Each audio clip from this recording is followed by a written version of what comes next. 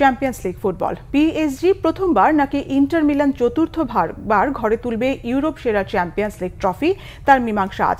ফাইনালের মঞ্চ প্রস্তুত মিউনিখের অলিম্পিক স্টেডিয়ামে। রাত ১টায় মাঠে গড়াবে শিরোপার হাই ভোল্টেজ লড়াই। ইউরোপ সেরার মুকুট মাথায় চড়াতে ২০১১ সাল থেকে নামি দামি সব খেলোয়াড় দলে ভেড়াতে থাকে পিএসজি। ২০২০ সালে খেলে ফাইনাল, কিন্তু মেসি, নেইমার, এমবাপ্পে ত্রয়ী গড়েও সেবার বায়ার্ন মিউনিখের কাছে হেরে যায় ফরাসি ক্লাবটি। এবার আবার স্বপ্ন পূরণের খুব কাছে চলতি মৌসুমে দারুণ ছন্দে থাকা দলটি।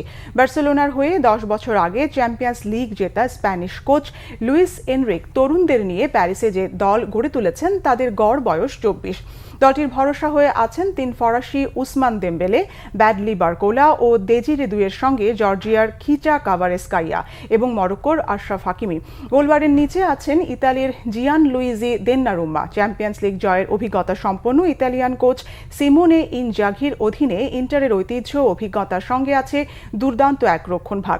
চলতি আসরে ৮টি ম্যাচে পোস্ট অক্ষত রেখেছে তারা। সঙ্গে ৯ গোল করা আর্জেন্টাইন ফরওয়ার্ড লাউতারো মার্তিনেসের কারণে আক্রমণ ভাগেও দারুণ করছে ইন্টার।